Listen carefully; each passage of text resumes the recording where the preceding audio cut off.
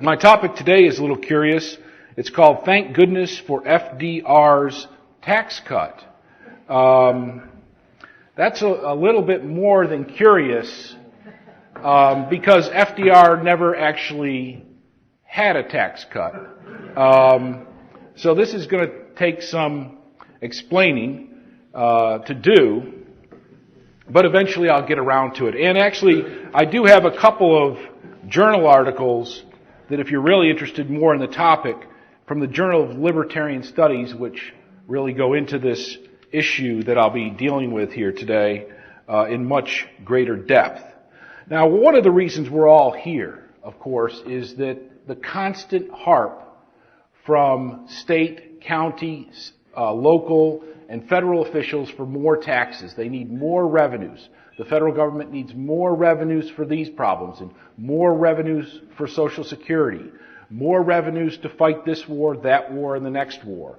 And of course the same thing at the state level. We don't have enough money for education and welfare and blah, blah, blah, blah, blah. And at the local level you hear the same thing. Every year, every cycle, local, county, town officials are calling for some form of revenue enhancement so that they get to spend more of your money. Well, the body of my talk is going to be really a look at two American tax revolts. When Americans said, enough is enough, we've been overtaxed, and we're going to do something about it. We're going to take this into our own hands. But first I want to take a minute and look specifically at the trouble with taxation. Why is taxation trouble? These public officials and special interest groups don't view taxation as trouble. They view it as the solution to all of at least their problems. Okay? They view it as a great thing. If we can just transfer resources to the public sector, we can make society much better off. And from the Austrian point of view, that's just simply not correct. There is real trouble with taxation. Really with all taxation. It's just the more taxes there are, the more trouble there is in society. And I think this is, of course, one of the great lessons of Charles Adams. The first point that we want to make is that taxation is theft. Now, a lot of people like to cover that over. A lot of people like to excuse the fact that taxation is theft. A lot of people think it's okay if they get a piece of the pie or if they get a vote in the matter. And that's all. You can think whatever you want. But you cannot erase or resolve the problem that all taxation is theft. It involves a coercive activity where one person's resources are being taken and given to someone or some other group to use for their own purposes. Whether or not that purpose is good or not is another matter. And the fact that, as suggested last night by Thomas DiLorenzo, that 45% of all the dollars in our country go through this process of taxation and redistribution is a problem. The fact that our society has become 45% coercive is a real problem for what is otherwise supposed to be a free society.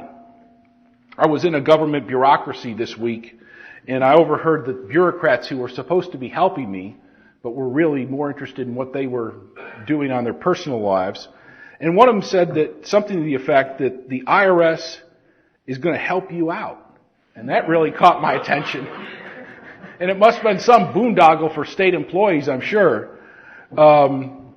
And I was shocked. I said, the IRS is going to help you out. And the person next to me said, yeah, the IRS is going to help you out of your money. And I turned to him and I nodded, yes, that's exactly what they do. They help you out of your money. And there's an underlying systemic problem with that sort of society. The second point that I like to raise with regard to taxation is what I call Thornton's Law.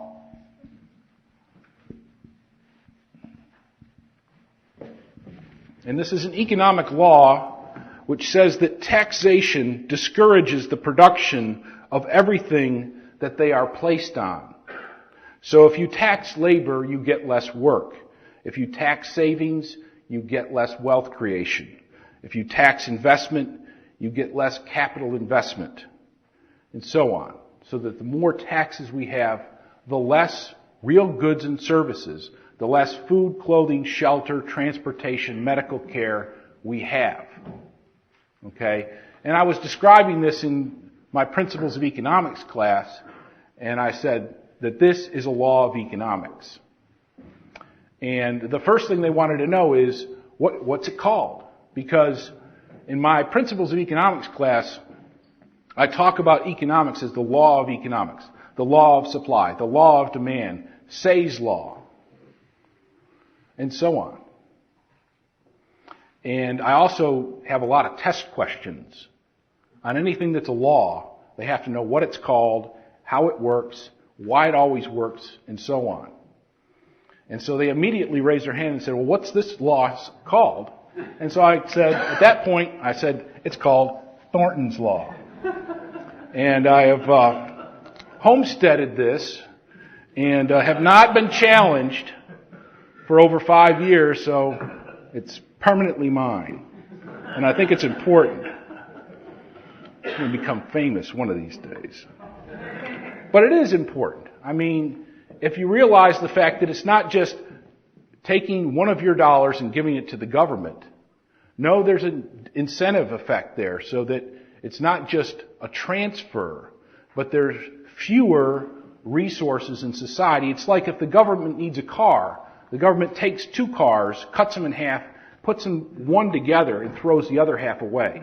Okay, we're losing resources in this process.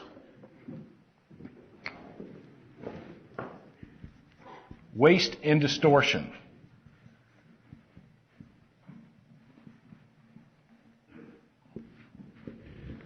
Waste and distortion. You all know about the time and trouble involved in doing your taxes, the distortion of our choices regarding housing, regarding borrowing and savings, inheritance, shipping jobs overseas now. There's really no end to the type of distortions in our decisions, and the simple fact that we're not free to make the types of decisions that we'd like to about where we live, how many children we have, and so on. It's ridiculous for the government to be involved in that kind of thing. And taxation is really a major fulcrum on which our decisions are biased and altered. And then we also have to raise the point, is it worth it?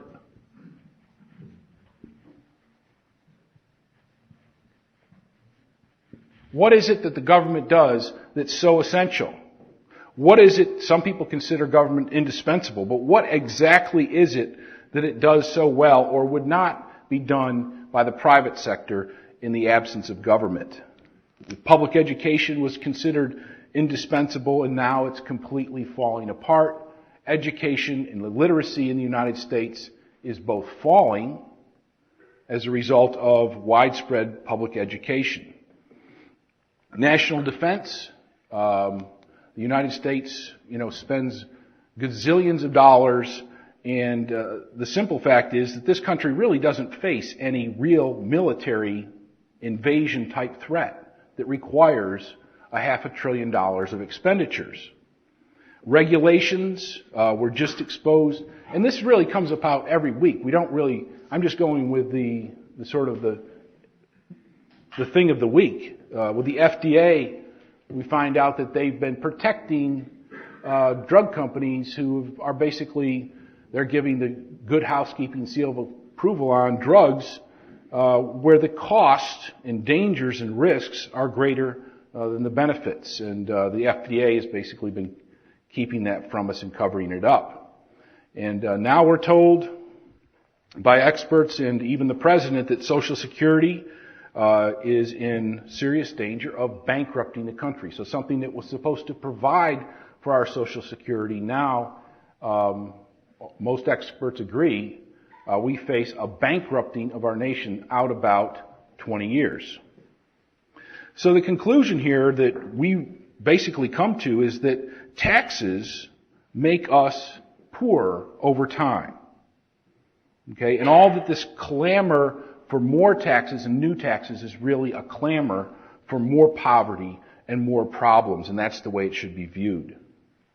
And whereas taxes make us poor, tax cuts actually leads to prosperity.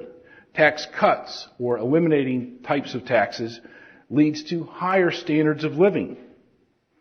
And this all gets to the matter of the thesis of Charles Adams, who has brought so much attention and evidence to these points, is that taxes have an important impact on the course of our civilization. In the last lecture, for example, about Thomas DiLorenzo, Lincoln and the Tariff War and the Civil War, and then ultimately what happened to this country as a result of the Civil War is a prominent example there. But Charles Adams also tells us that tax rebellions or tax revolts are really one of the keys to American civilization and American freedom. This country was born of a tax revolt, and it has continued with a series of tax revolts, and yet history has basically, those aspects of tax revolts have been erased from the history books, and it's all been rewritten so that the American Revolution wasn't really about taxes, it was about democracy. And the Civil War wasn't about tariffs, it was about slavery. And all of these other tax revolts were just silly, nonsensical, people getting out of control, drinking too much, and fighting. No. Charles Adams shows that they were real, that they were important, that they were effective. And that's what I'm going to talk about today, a tale of two American tax revolts. The first one is centered right here. In Charlottesville, Virginia, is really what I consider the epicenter of one of the most important tax revolts in our history. But again, one that was covered up. This is one that was mentioned by DiLorenzo. It's called the Whiskey Revolt of the 1790s. Now, I know the standard story has it that the Whiskey Revolt occurred in 4 western counties in western Pennsylvania on a given month in a given year. But that's actually not the case. The Whiskey Revolt or Revolution was actually in a number of states, including western New York, western Pennsylvania, Virginia and West Virginia, what is now West Virginia, Kentucky, Tennessee, North Carolina, North Georgia, and North South Carolina. So it was widespread throughout the entire backwoods country of America. It was in opposition to the excise tax on alcohol imposed by the federal government. It had a very big impact, but it was almost entirely one of a non-violent nature. Tax revolts are very often of a non-violent nature, of one of civil disobedience. It's just that in most of these places, the public officials went along with the revolt. They didn't even try to collect the taxes. So the official story has this rebellion occurring in 4 counties in western Pennsylvania, but actually that's only because in the Pittsburgh area, public officials were willing to try to collect the tax. Okay, that was the only place in the backwoods areas of the United States, which is where the alcohol was being produced, were they willing to even try to get that alcohol. The rebels harassed the public officials who tried to collect the tax. They sacked their houses, and in a few cases tarred and feathered the officials. This led Alexander Hamilton to suggest to President Washington that he lead an army into western Pennsylvania to crush the rebellion. Washington raised an army of over 13,000 soldiers and led it into western Pennsylvania. To give you some idea, Murray Rothbard calls this the largest army ever assembled on the North American continent up until that time. 13,000 would have been greater than the number of militia-aged males existing in the entire western Pennsylvania area. The rebellion did melt away. A few rebels were arrested. 2 were tried. None were convicted or punished. But this show of force didn't lead to the collection of any excise taxes.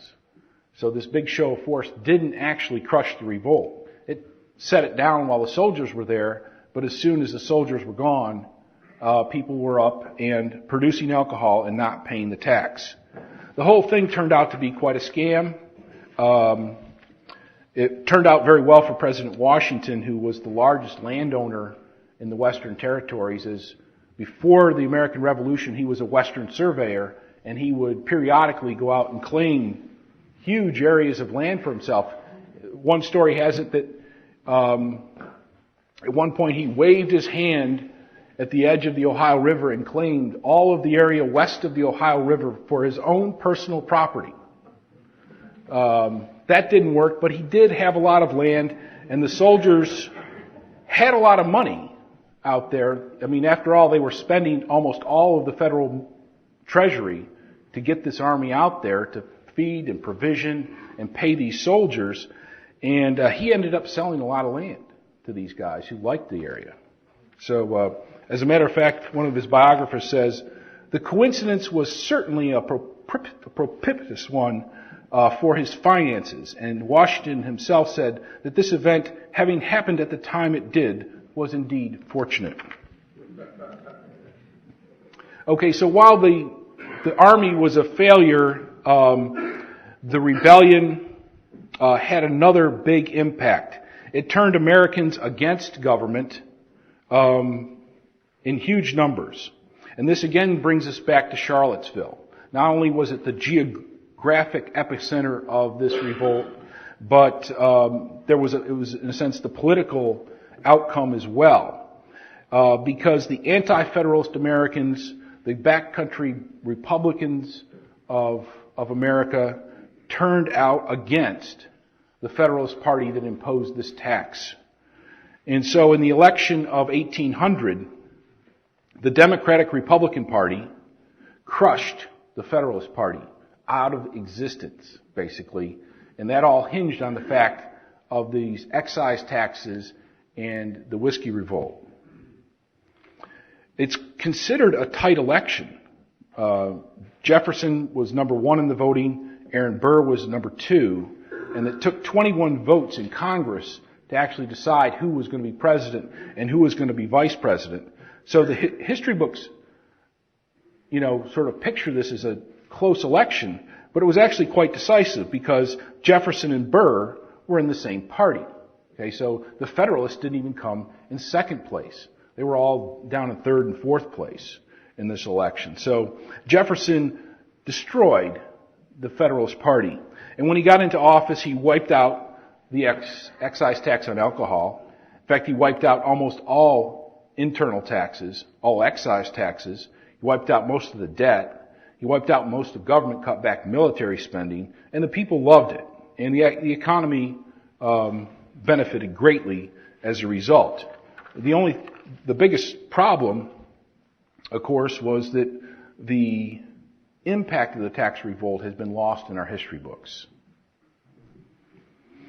Now, with FDR, we have a entirely different story, and I guess I come at this issue with the puzzle of why everybody liked Franklin Delano Roosevelt. I come from New York State, and he was a beloved figure, and still is in New York State. He was the governor of New York, and of course, is really an icon. And then when I moved to Auburn, Alabama, I found out that not everybody really likes FDR. So this is a big shock, a very big shock, but I've come around to the more southern view on this. As a matter of fact, at our last conference, there was somebody with a bumper sticker there that said, FDR, no longer the worst president in American history.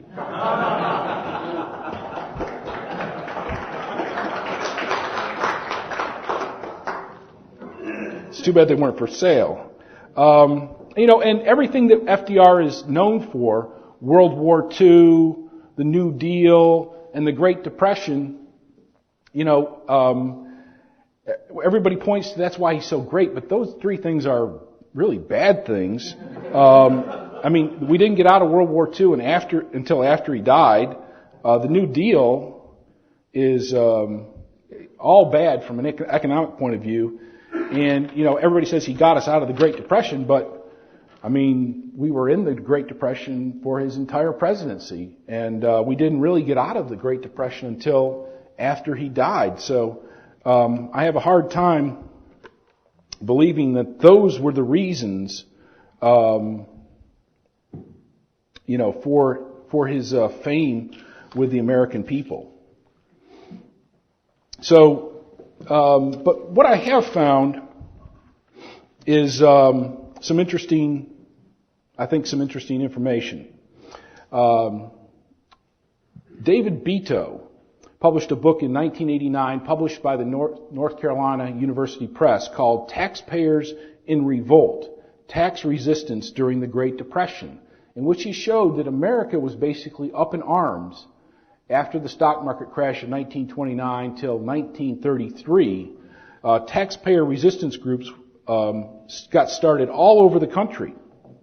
People were refusing to pay their property taxes in cities and counties across the United States. People refused to have their properties foreclosed. Sheriffs would come out and people would have guns and all their friends with their guns, and the sheriff would say, I'm supposed to foreclose, and they would say, well, try. And even when they did allow to have their property foreclosed, everybody would, in the area would basically agree that one of their friends would buy the property for $1 and give it back to them at the auction.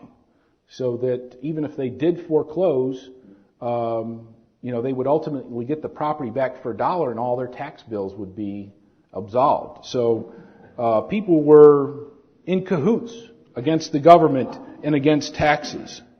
And then, in Beto's book in 1933, the tax revolt simply vanished, almost without a trace. Another tax revolt that vanished down the memory hole of American history. The author Beto attributes this to a lack of organized and a lack of ideological backbone in the American people.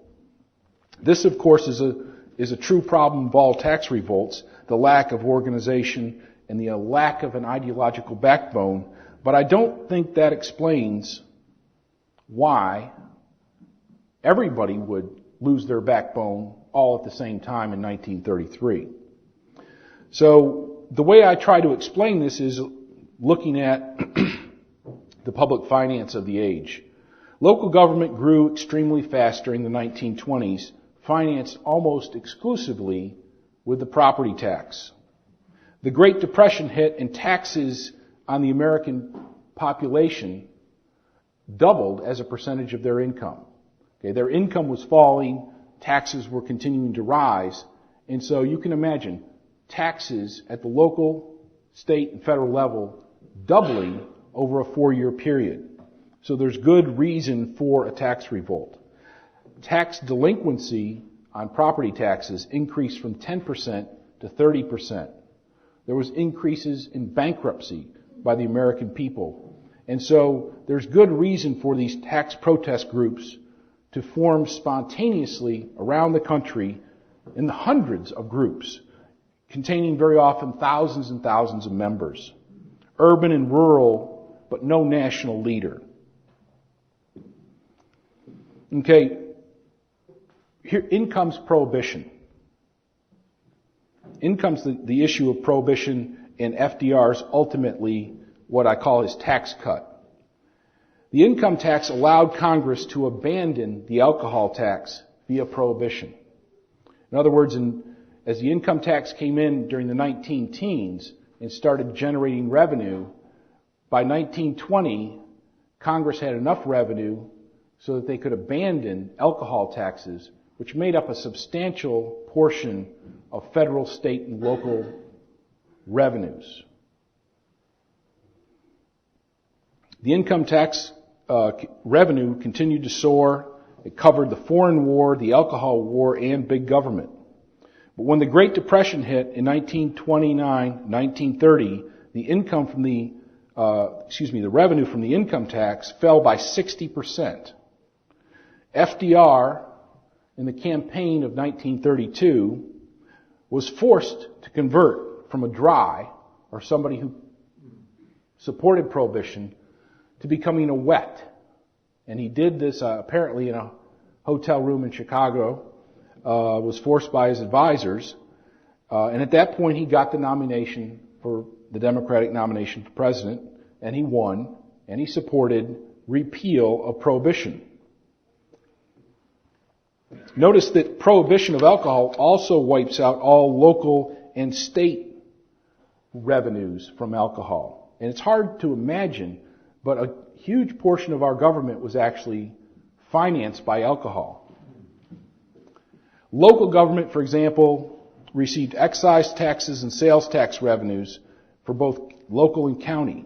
So when repeal of prohibition went into effect, the coffers of local governments started to fill up again from these alcohol revenues. State governments also had liquor taxes, and they also had liquor monopolies, and this helped fill up state coffers with revenue, and states actually began turning over some of this money to local governments. And then, of course, the federal government also has alcohol taxes. So all three levels of government, when prohibition was repealed, started to getting new sources of funds. So what I'm arguing here basically is that repealing prohibition was one way of helping to put down the tax revolt. Because all levels of government were strapped for funds, people were opposed to more taxes. Repealing prohibition and taxing alcohol was a way out. It was a way to solve all problems at once. And this ultimately is one of the things that made FDR so popular. In the area of property taxes and the tax revolt, local governments suspended property tax collections. They cut back rates. They had tax holidays. And they lowered assessment levels.